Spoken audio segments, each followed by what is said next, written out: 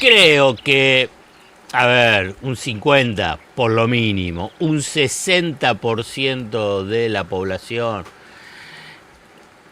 tiene un reclamo válido de una respuesta más fuerte, contundente de las fuerzas políticas de la oposición al avance sin pausa de las políticas de destrucción de Milei. Uno dice, bueno, a ver, ¿por qué no reaccionan? Es lo que muchos sostienen, y vuelvo a repetir, como un reclamo válido. La política económica de la dupla Milei-Caputo avanza en un acelerado proceso de desindustrialización de industria nacional, o sea, de empleo nacional. En la desfinanciación de diversos programas sociales de cobertura y de asistencia a sectores vulnerables. Lo último en estos días fue a las mujeres golpeadas, abandonadas, digamos, todo lo que está vinculado con política de género, pero también antes a programas de discapacidad, de cobertura de enfermedades oncológicas. Bueno, todo lo más cruel de los programas, bueno, desfinanciados. En el deterioro de la infraestructura económica por la paralización global de la inversión pública, he mencionado en más de una oportunidad y en esta semana también, bueno, el de las rutas. ¿Y qué piensan que es las rutas? La ruta es la pérdida de capital público, de capital del Estado. O sea que se lo están consumiendo. Pero además, esto... Cheque en Blanco lo ha hecho durante muchísimos años, lo que hablábamos de el parte de guerra, porque hay una guerra afuera, vinculado con lo que pasa en el tránsito, las muertes en el tránsito. Y si tenés rutas que están destruidas, bueno, tenés una mayor probabilidad de dramas humanos, dramas familiares, en las rutas. Y también en la destrucción del complejo científico-tecnológico. Hay una muy buena nota de Nora Bar en el Destape web, precisamente con el éxodo de científicos. Y entonces la pregunta válida, la interpelación, reitero que corresponde, de qué está haciendo la oposición política, gremial y social frente a un gobierno que promete y avanza y hace para arrasar con históricos derechos laborales, sociales, económicos y previsionales de la mayoría de la población. Lo hace, vale identificar para quiénes lo hace. Es importante identificar para quiénes lo hacen, y lo hace para beneficio de unos pocos, para una élite que pretende consolidar reformas regresivas que sean irreversibles en términos políticos y económicos. No importa las elecciones, que no haya posibilidad de retorno a todas estas cuestiones que antes yo les mencioné. Ahora bien, este es un deseo que arrastran desde hace décadas las élites, sin éxito, porque ha habido movimientos políticos y respuestas sociales que lo han impedido. Y digo sin éxito hasta ahora. Ahora está abierta la disputa, ¿eh? Esa disputa sigue. Aparece entonces, como les decía, el interrogante acerca de qué está pasando en el actual ciclo político de la derecha, que no oculta que después de las elecciones de medio término, o sea, las de octubre, tiene el objetivo de destruir el entramado normativo de la organización de los trabajadores activos y pasivos. O sea, los trabajadores que están activos, o sea, en sus puestos de trabajo, y los pasivos, o sea, de los jubilados. Lo están diciendo, ¿eh? Lo están diciendo. La elección de mañana en la Ciudad de Buenos Aires es una introducción a este ciclo político a este ciclo electoral, que en octubre tiene su momento más relevante. O sea, algo se está mencionando, no es algo que está oculto. O sea, la idea de esas reformas laborales, sociales, previsionales, no solo modifica las normas de regulación del mercado laboral, sino también las del sistema previsional, obviamente en perjuicio de quienes se vayan a jubilar en términos de haberes y prestación de salud.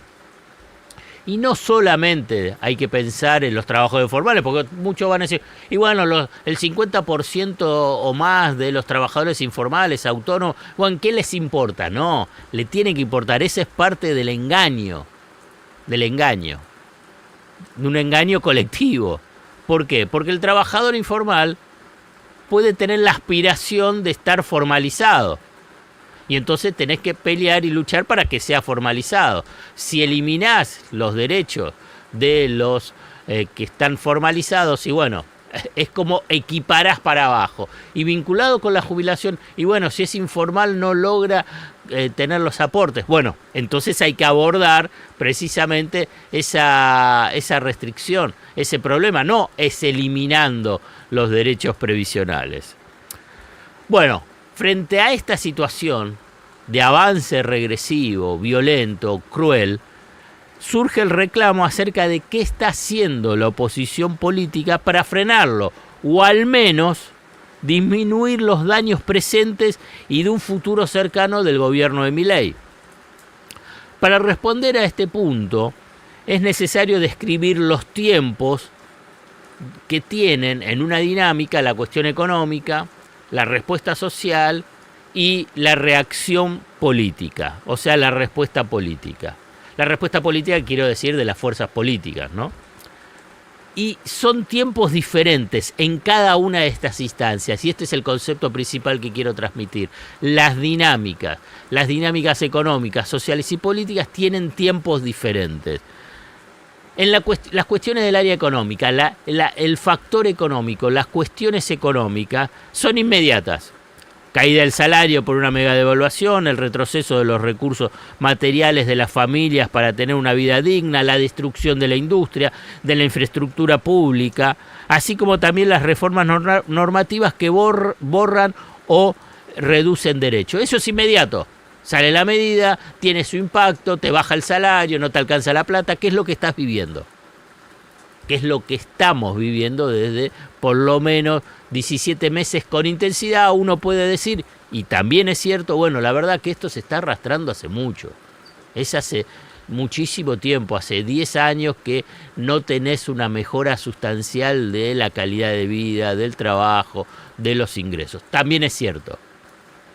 Bueno, pero eso es el impacto económico más brutal, lo que se está viviendo ahora en el periodo de Milei. Además, como te mencioné, adelantando cómo quiere arrasar con los derechos laborales y previsionales, que en el periodo anterior no estaban.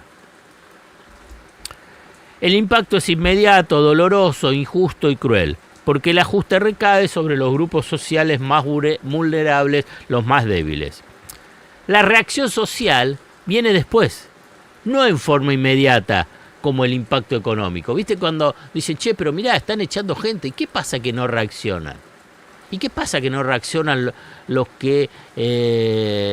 jubilados? ¿Qué pasa que no reaccionan? No hay reacción social frente a esta represión ya constante, normalizada, de los miércoles a los jubilados. Cruel, desproporcionada, violenta. Existe un primer momento. Y cuando digo un primer momento son meses, hasta puede ser 2 años, 3 años o hasta 4 años. Momento de aturdimiento, de esperar, de evaluar qué puede ser, que la evaluación es bueno, puede ser en forma transitoria para después recuperar lo perdido. Es ahí a donde aparece la expectativa, la esperanza, que se ve en las encuestas que está bajando.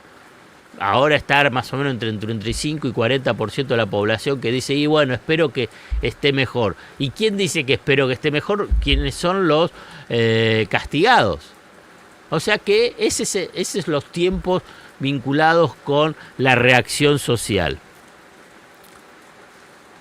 Pero a medida que pasa el tiempo, la reacción social empieza a adquirir más intensidad.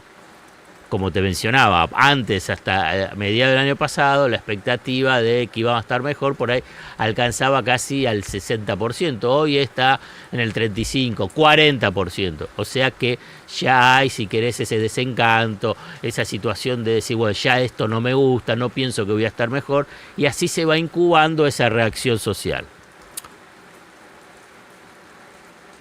Así fue a nivel de los tiempos, en cada uno de las dinámicas de los tiempos, en cada uno de los ciclos donde predominaron programas de ajuste reaccionarios, regresivos, concentradores de la riqueza y de ataque a los trabajadores formales e informales y a los jubilados. La política, o mejor dicho, las fuerzas políticas, dirigentes políticos, reaccionaron después, vienen a canalizar la protesta y descontento social mayoritario. ¿Vieron de las dinámicas de los tiempos? Bueno, cuando se va incubando esa reacción social, ese disgusto, ese malestar, ese descontento social mayoritario, y ahí surge, en ese instante, cuando adquiere mayor intensidad esa reacción social, que tiene diferentes formas. Esa reacción social, y surge un líder, una lideresa de la nueva etapa. Y digo que tiene diferentes formas porque en última instancia Milei es un emergente de ese malestar social. Obviamente que fue para la derecha. Néstor Kirchner fue un emergente de ese malestar social, de esa situación de crisis económica y crisis social. Esto no implica... Estos son los tiempos, como te mencionaba, de la dinámica de las crisis. Por lo menos así fue en cada una de las grandes crisis que se vivieron en Argentina desde la recuperación de la democracia. La hiperinflación con Alfonsín, emerge un líder que no estaba en el tablero, sí era parte de las políticas, que fue Carlos Saúl Menem, un gobernador de La Rioja en ese momento y que pasa a ser el líder. Bueno, ahí es donde emergen este tipo de los liderazgos para momentos de transformación y de cambio. Digo, y me parece que esto también es un concepto y es controvertido y es debatible, no implica que el mundo de la política sea indiferente al sufrimiento de la mayoría.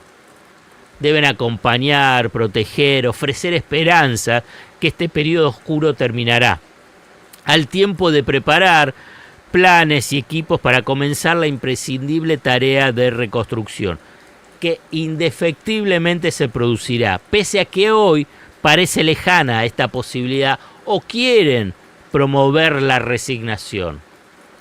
La historia de resistencia argentina ha dado muestras en más de una oportunidad, y yo creo que en este caso también lo va a mostrar, que tarde o temprano va a lograr terminar con estos ciclos políticos oscuros. Y esta vez no será diferente, más allá de los gritos, insultos y vulgaridad del mundo liberal libertario. Los tiempos de las dinámicas económicas, sociales y políticas están dados